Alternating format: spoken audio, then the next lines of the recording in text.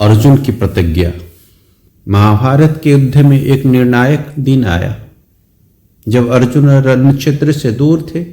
उस समय कौरवों के सेनापति द्रोणाचार्य ने पांडवों के हराने के लिए एक शक्तिशाली चक्रव्यूह रचा।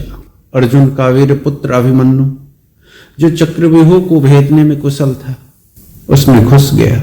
उसने बहादुरी से चक्रव्यूह के 6 चरण पार किए, लेकिन 7वें चरण में कौरवों के योद्धाओं ने मिलकर उसे घेर लिया। इस संघर्ष में अभिमन्यु वीर गति को प्राप्त हुआ। इस घटना ने पांडवों को शोक में डाल दिया। जब अर्जुन को अपने पुत्र की मृत्यु का समाचार मिला तो वह अत्यधिक क्रोधित हुआ और उसने प्रतिज्ञा की, यदि कल सूर्यास्त से पहले मैंने अभिमन्यु के वध के लिए जिम्मेदार व्यक्तियों को पराजित नहीं किया तो मैं अपनी प्रतिज्ञा के अनुसार अपने प्राण त्याग दूंगा। दूसरे दिन युद्ध प्रारंभ हुआ। अर्जुन का लक्ष्य उस योद्धाओं को ढूंढना, उसे हराना था जिसने अभिमन्यु की वीरता का अनादर किया। लेकिन कौरवों ने उस योद्धा को घेर कर सुरक्षा प्रदान की। समय बीतता गया और सूर्यास्त का समय पास आता गया। अर्जुन निराश हो रहा था।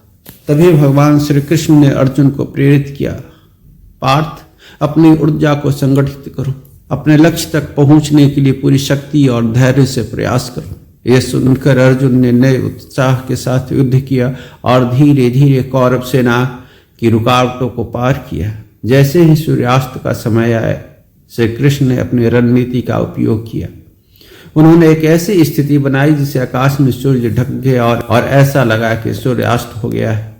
कौरवों को लगा अर्जुन की प्रतिज्ञा पूरी नहीं हो पाएगी और उसने जीत का उत्सव मनाना शुरू कर दिया।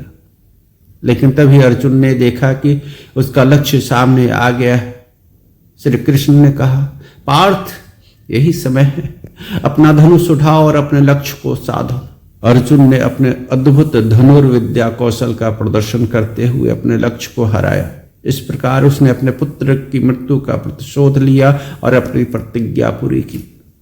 इस कहानी का संदेश यह है कि धैर्य, परिश्रम और सही रणनीति से किसी भी चुनौती को पार किया जा सकता है।